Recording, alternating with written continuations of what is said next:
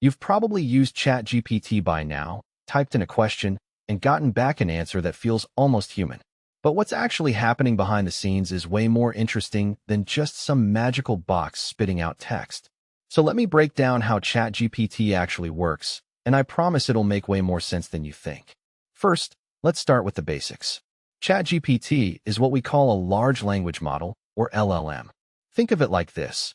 It's a system trained on a massive amount of text from the internet, books, articles, basically everything humans have written online. But here's the key part that most people get wrong. ChatGPT isn't actually understanding anything. It's not thinking like you are right now. What it's actually doing is predicting the next word in a sequence based on patterns it learned during training. So when you ask ChatGPT a question, it's not searching a database or consulting some pre-written answers. It's playing a sophisticated guessing game. Given all the words you've typed so far, what word should come next? Then once it picks that word, it asks itself the same question again. What word comes after that? And it keeps doing this over and over, one word at a time, until it decides to stop. Now, how does it even learn these patterns in the first place? That's where the training process comes in. And this is actually the wildest part.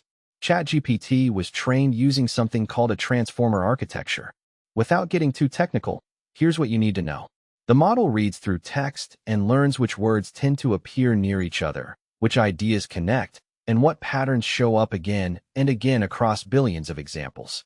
During training, OpenAI fed ChatGPT text, and the model had to predict the next word. If it got it right, great. If it got it wrong, the system adjusted its internal weights and tried again.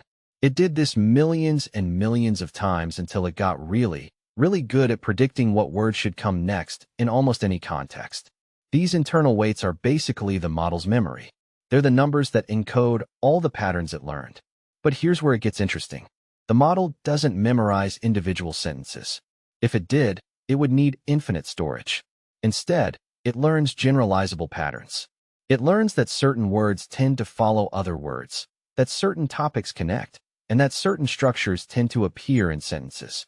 So when you ask it something completely new that it's never seen before, it can still generate a reasonable response because it's working with patterns, not memorized data. Now, there's another really important part of how ChatGPT works, and that's something called attention. This is actually the secret sauce that makes modern language models so good. Imagine you're reading a sentence, and you get to a pronoun like it or she. Your brain automatically knows which noun that pronoun refers to because you're paying attention to context. ChatGPT does something similar with something called the attention mechanism. When processing your question, it can focus on the most relevant parts of what you said and use that to generate better responses.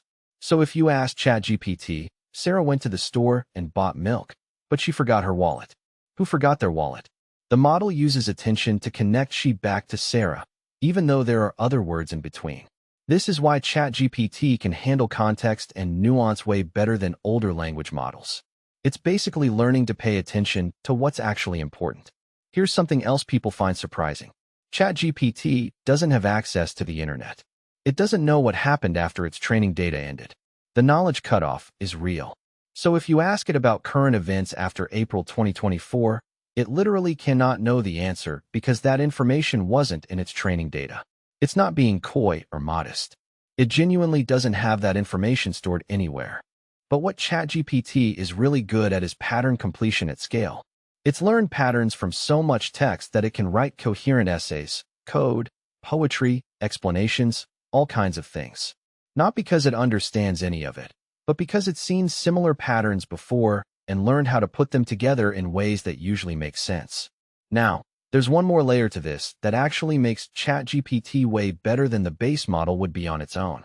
After the initial training, OpenAI did something called reinforcement learning from human feedback, or RLHF. Basically, they had human trainers rate different responses the model generated. Which answer was better? More helpful? Less offensive? Less wrong? The model then learned to prefer generating responses that humans rated highly.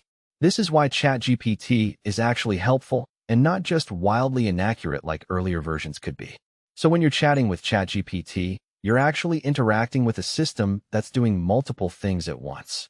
It's using patterns from billions of text examples. It's using attention to focus on what's relevant in your question. It's generating one word at a time based on probability. And it's been fine-tuned to try to be helpful and accurate based on human feedback. But here's the honest truth. Even the people who built ChatGPT don't fully understand why it works as well as it does. There's something called the scaling laws in AI, which basically says that if you train a big enough model on enough data, it gets better at a task in ways that aren't always predictable. We know it works. We just don't always know exactly why. And that's kind of the beautiful and terrifying part of where we are with AI right now. We've created systems that are genuinely useful and impressive, but they're also kind of black boxes. We know how to build them, but we're still learning how to fully understand them. So the next time you use ChatGPT, remember that you're not talking to something that thinks like you do. You're talking to a probability machine that's incredibly good at guessing what the next word should be. And somehow, that simple idea has led to something that can have conversations, write code, explain concepts, and do 1,000 other things that seemed impossible just a few years ago. If this stuff fascinates you, you've got to subscribe because we're breaking down AI concepts like this all the time. Thanks for watching, and I'll see you in the next one.